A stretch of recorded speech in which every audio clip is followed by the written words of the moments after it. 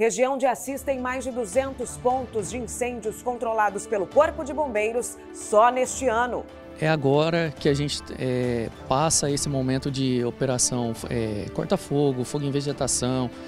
É agora que a gente atende mais esse tipo de ocorrência. Falta de chuva força a ANEEL a aumentar a conta de luz dos brasileiros. Posto de atendimento ao trabalhador de Assis auxilia na hora da elaboração do currículo. Mais de 45 mil donos de veículos da região de Marília não pagam IPVA desde 2021. A pessoa que não faz o pagamento, ele não consegue emitir o documento. Ele sabe que está ilegal. Ele não pode circular com o veículo, porque o veículo é removido para o pátio por falta de licenciamento. E peregrinos de Assis e região já estão se preparando para mais um ano de caminhada rumo ao Santuário de São Miguel Arcanjo. Você está assistindo mais uma edição do Resumo da Semana. Vamos juntos, é hora de ficar bem informado.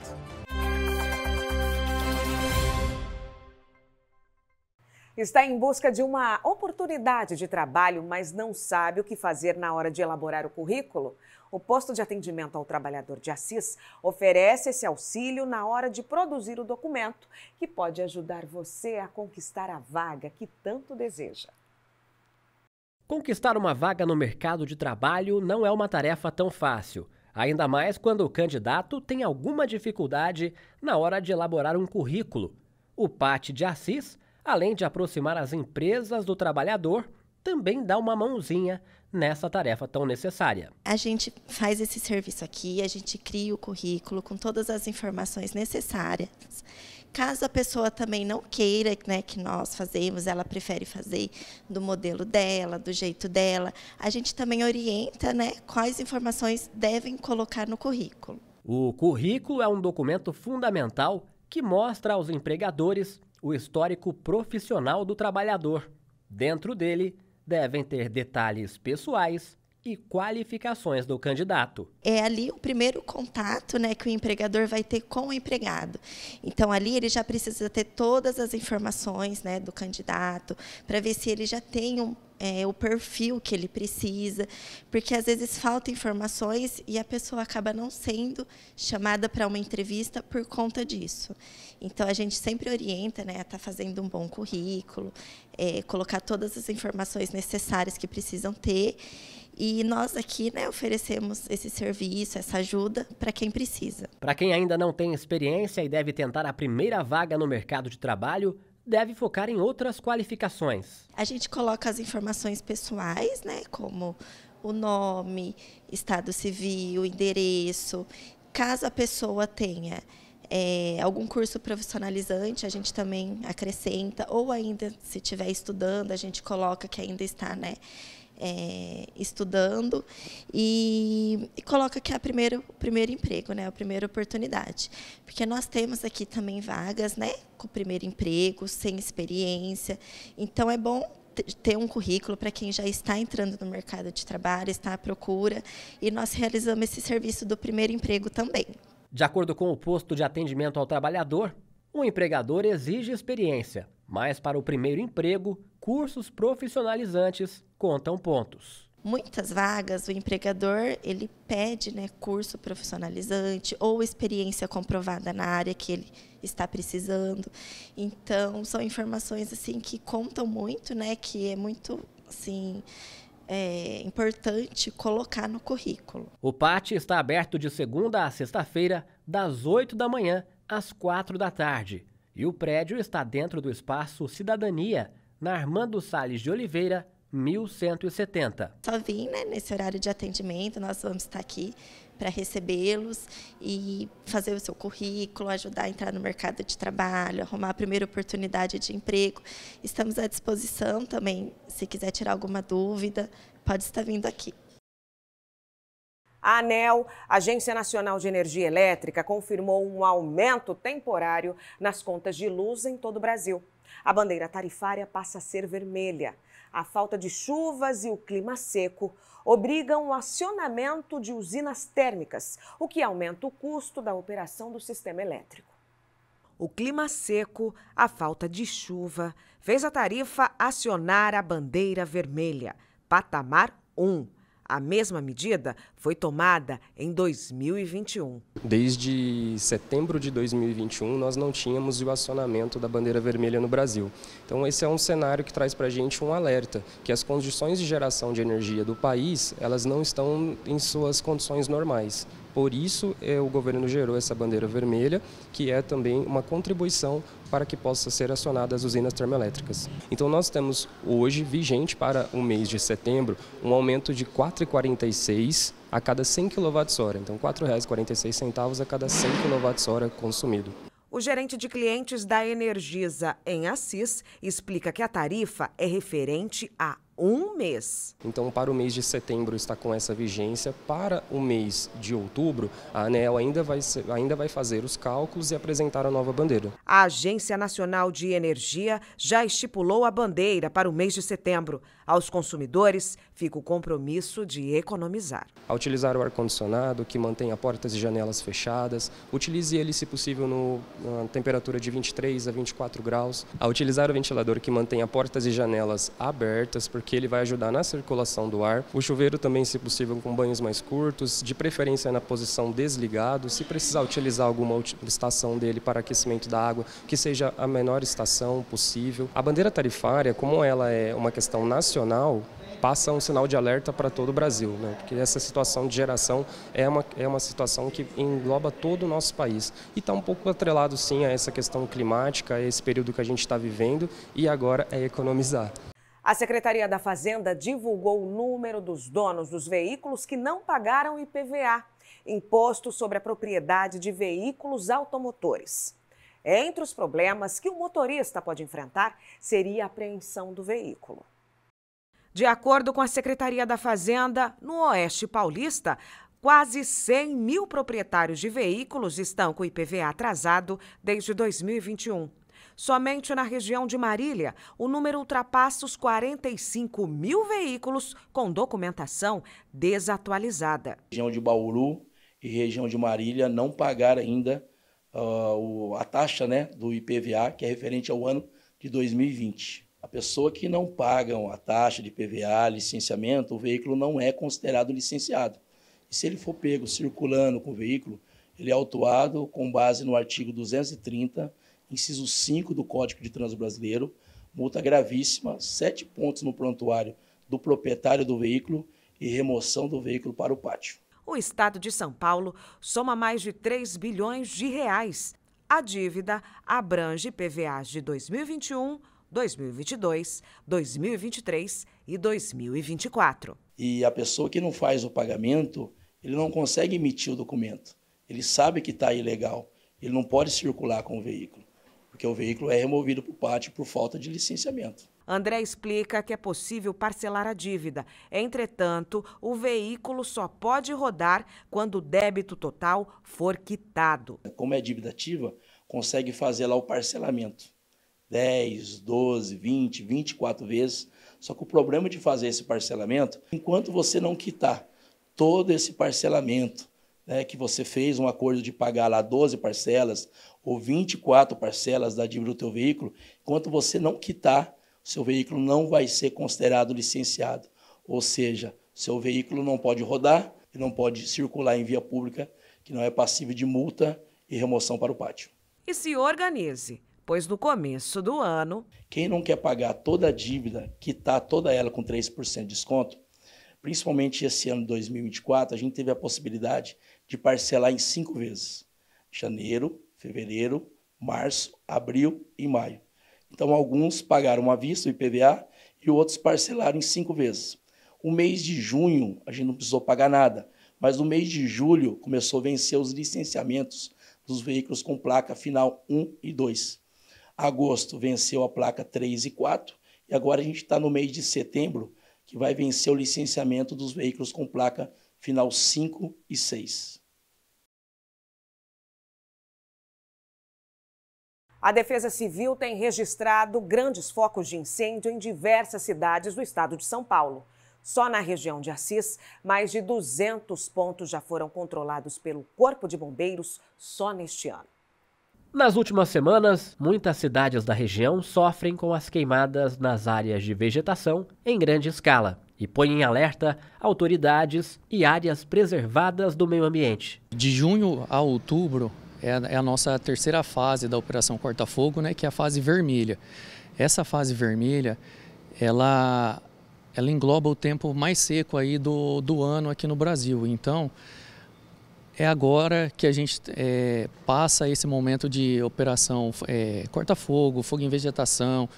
É agora que a gente atende mais esse tipo de ocorrência. Os sinais de queimadas na região são vistos a céu aberto. A paisagem fica cinza e o cheiro exala pelos ares. Isso aí é devido ao tempo seco, então qualquer fogo em mato, o vento mais parado também, isso causa esse tempo seco e dá essa impressão para a gente. Então, onde a gente olha, a gente já vê meio esfumaçado, meio embaçado.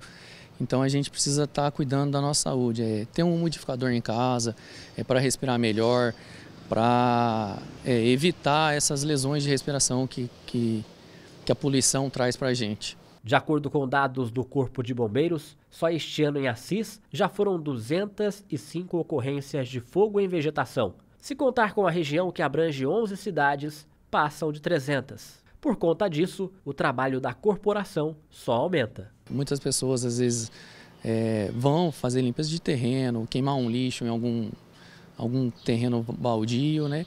E pode perder esse controle desse pequeno incêndio aí que eles causam, tornando assim um incêndio incontrolável que precise de um atendimento específico. No caso de zonas rurais e implantações, o Corpo de Bombeiros conta com o apoio de usinas parceiras e a Defesa Civil. Nós temos aqui na região o plano de auxílio mútuo, então esses incêndios grandes que ocorrem nas plantações deles, né, tem todo um planejamento anterior, que a gente participa de reuniões com eles também para orientá-los quanto ao entendimento desse tipo de ocorrência, né? Porque um incêndio desse causado numa plantação deles é muito grande, Só nós, com o nosso caminhão de água, não dá conta de apagar esse tipo de incêndio, então eles têm toda uma estrutura, né, os caminhões-pipas deles, que são próprios para esse tipo de terreno, que o nosso caminhão também não é próprio para o terreno, mas é de terra, não é traçado, então a gente pode ficar acabando atolar o caminhão ou estragar o caminhão nesse tipo de terreno, né?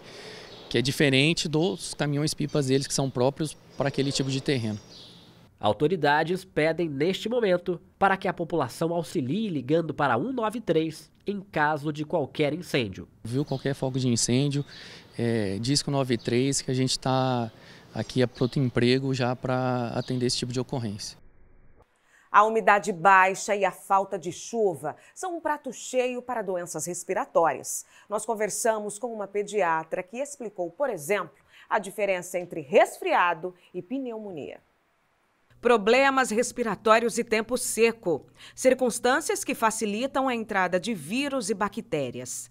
Gripe, sinusite, pneumonia, bronquite.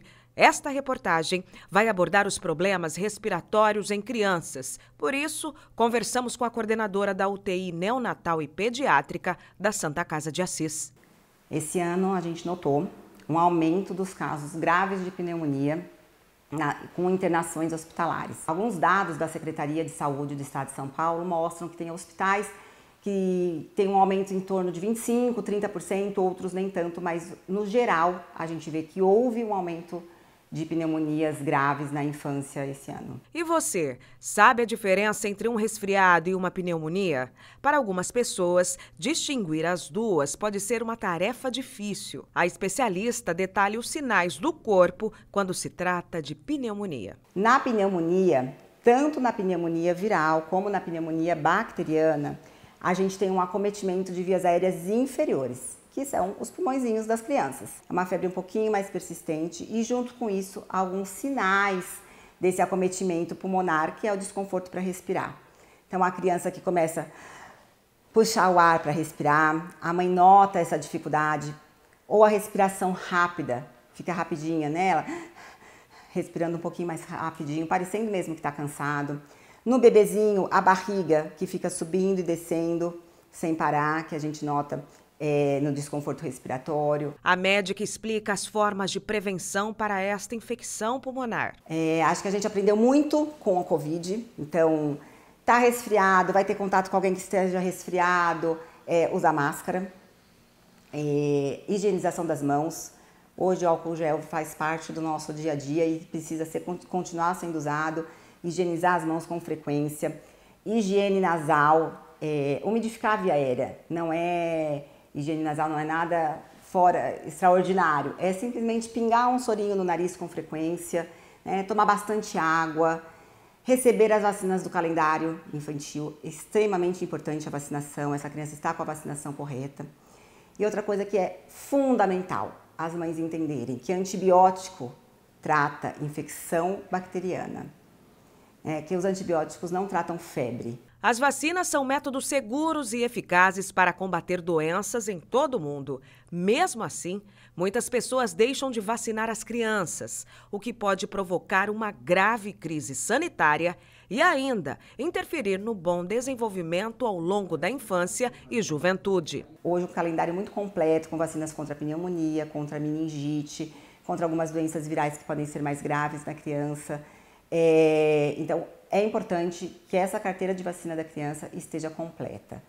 Tem que procurar o atendimento, a unidade básica de saúde, o atendimento do pediatra ou a pediatra no consultório para verificar essa vacinação e manter essa caderneta completa, porque essas bactérias que causam pneumonias graves podem ser prevenidas, algumas podem ser prevenidas com a vacinação.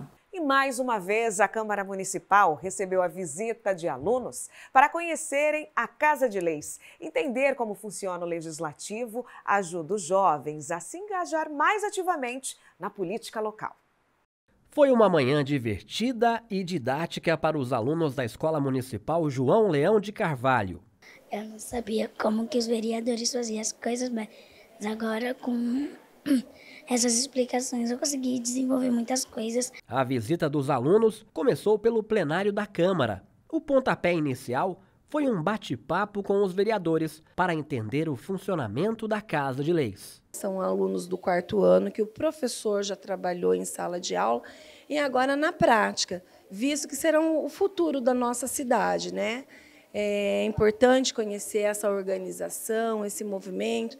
Então, nós temos que parabenizar esses professores, a diretora da escola, para dar importância para fazer esses dois movimentos, teoria atrelada à prática. O trabalho com crianças e adolescentes que estão nas escolas do município sempre parte do interesse em fazer com que eles se aproximem da política local. E a importância é a participação mesmo das crianças na política, né, na vida do nosso município. Eles ganham visibilidade, aprendem muitas coisas novas, conhecem coisas, aprendem muitas coisas que eles não sabiam, nunca tiveram a oportunidade de conhecer. O passeio seguiu por todo o prédio da Câmara, onde puderam conhecer os setores administrativos, além dos estúdios da TV e da rádio. Eu gostei dos vereadores, gostei de ver lá os monte de banco que os vereadores sentam, a TV, um monte de coisa. Esse dia, para eles, eu acredito que vai ficar na sua memória para sempre. E aí nós só temos que elogiar movimentos como esse. E o passeio terminou com muita informação, diversão e carinho. Após a ordem do ministro do Supremo Tribunal, Alexandre de Moraes, a plataforma X, antigo Twitter, foi suspensa no Brasil. Nós conversamos com uma especialista em direito digital para explicar para a gente quais foram os motivos. No Brasil, o bloqueio da rede social X, antigo Twitter, foi assunto na mídia internacional. O dono da plataforma, Elon Musk, descumpriu uma ordem judicial. Micaele Bianca é especialista em direito digital e explica por que Alexandre de Moraes, ministro do Supremo Tribunal Federal, determinou a suspensão da plataforma. Então, o Alexandre de Moraes já tem essa fama de querer derrubar redes sociais. No ano passado foi o Telegram. E a determinação da época do Telegram foi a mesma dessa do X, que era ter um representante dentro do Brasil. Elon Musk não fez. Ele falou que não ia ter outro representante aqui dentro. E com isso foi gerando multa em relação a essa não execução da determinação.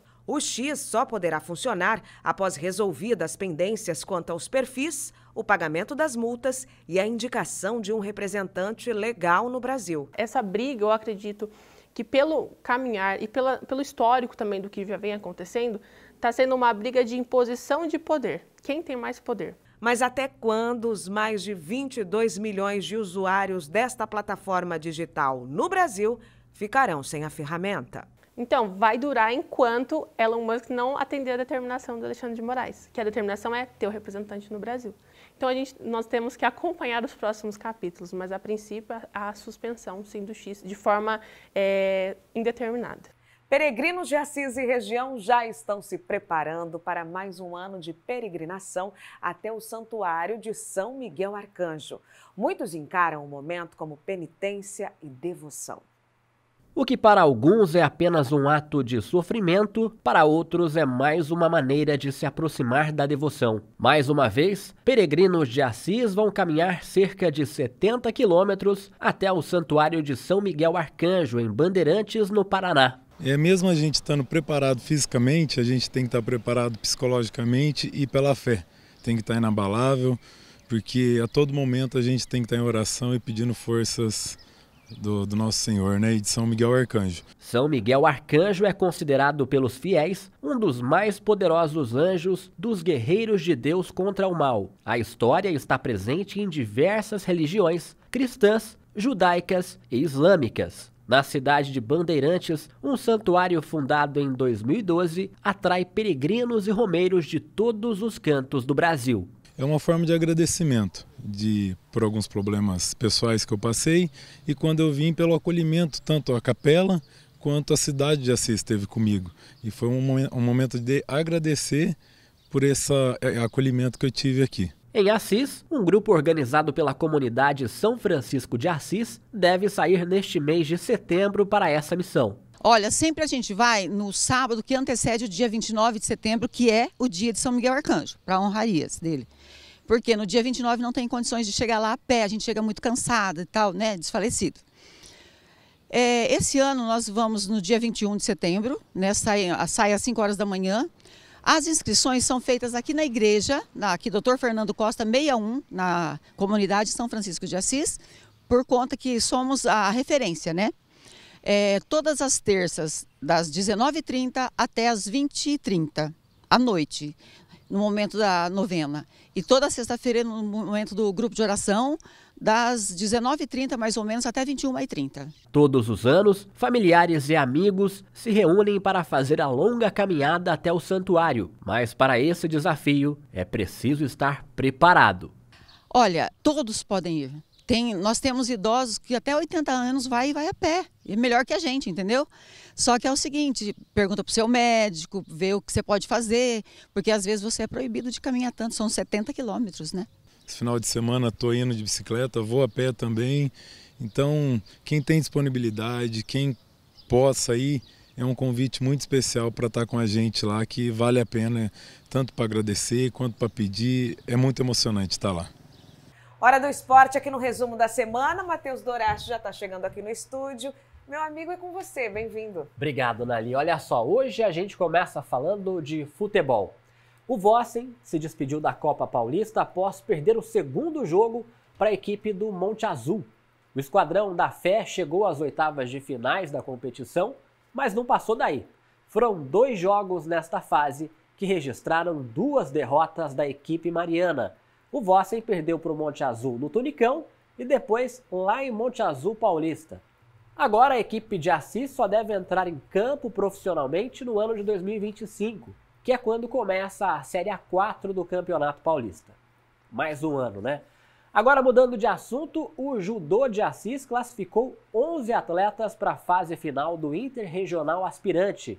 A equipe foi até Junqueirópolis, com 13 judocas, 11 conseguiram a classificação para a fase final, que será em outubro, na cidade de São Bernardo do Campo. Assis voltou de lá com 7 campeões, 2 vice-campeões, 3 terceiro colocados e 2 quinto colocados. Os atletas da Secretaria de Esportes treinam na Academia de Judô Gibert, que faz essa parceria tão fundamental aí para o esporte local. E agora, para fechar, ó, vai uma dica de diversão para quem gosta de pesca esportiva.